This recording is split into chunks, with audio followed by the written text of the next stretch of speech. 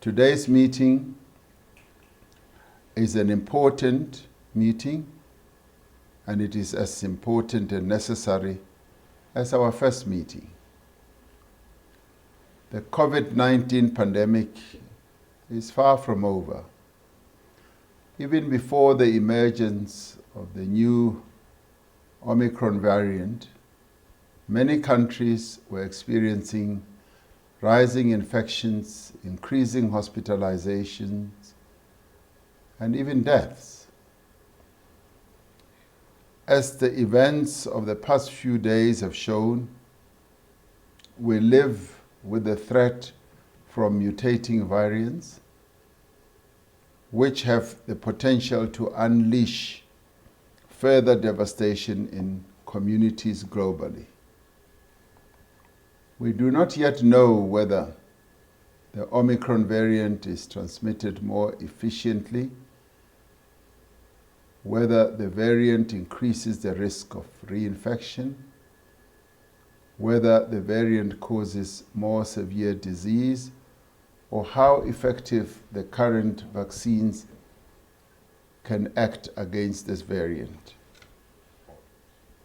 And yet, several countries have decided to isolate a number of countries on the African continent.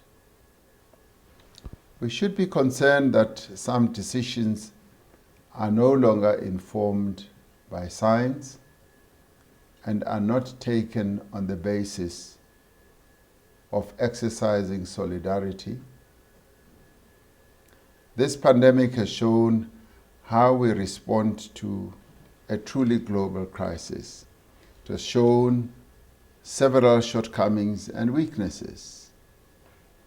But we can and must improve how we respond to crises. The lives and livelihood of billions of people are at stake here. We have repeatedly said that no one will be safe unless we protect vulnerable populations everywhere. We do have a part of the solution, the Access to COVID-19 Tools Accelerator, which, if fully funded, would provide low-middle-income countries and low-income countries with vaccines, treatments, testing, and PPE for frontline healthcare workers. There are two important lessons we need to draw from the current situation. Firstly, vaccine inequality is dangerous, but it is also completely avoidable.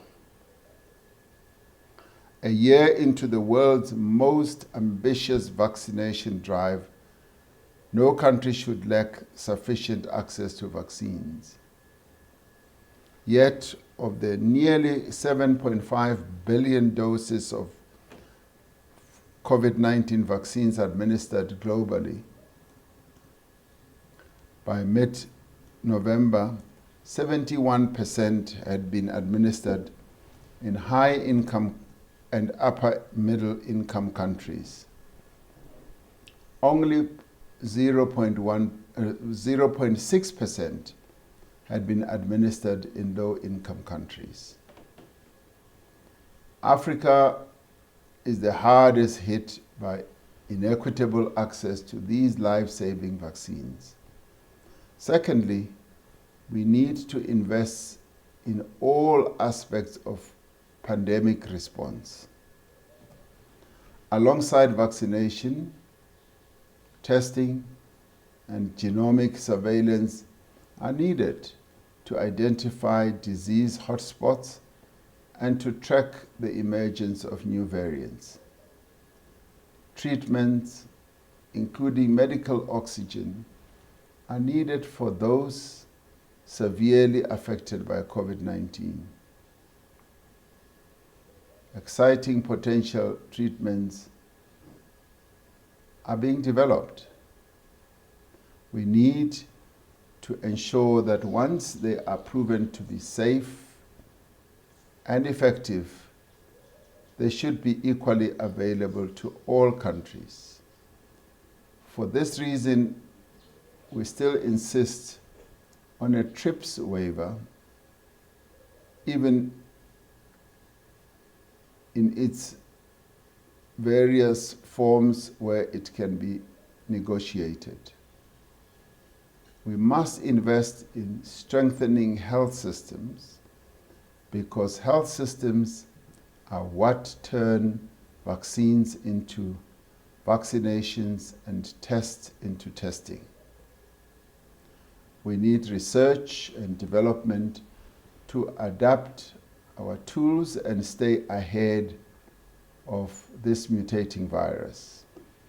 We need the full suite of countermeasures, they being vaccines, treatments, tests, functioning health systems, and personal protective equipment to fight COVID-19 and to save lives. And the world needs the ACT-Accelerator to make this happen. This initiative exists to fulfill the most vital purpose of all, to save lives. We cannot falter, and I'd like to say, this is an area where we dare not fail. It is therefore necessary that global leaders should come together to fully fund the ACT-Accelerator's new strategic plan so that we can continue with our work to save lives and so that we can end this pandemic, not just for some, but for everyone, especially in the most vulnerable communities. I'd like to thank you for this opportunity to address you all. Thank you very much.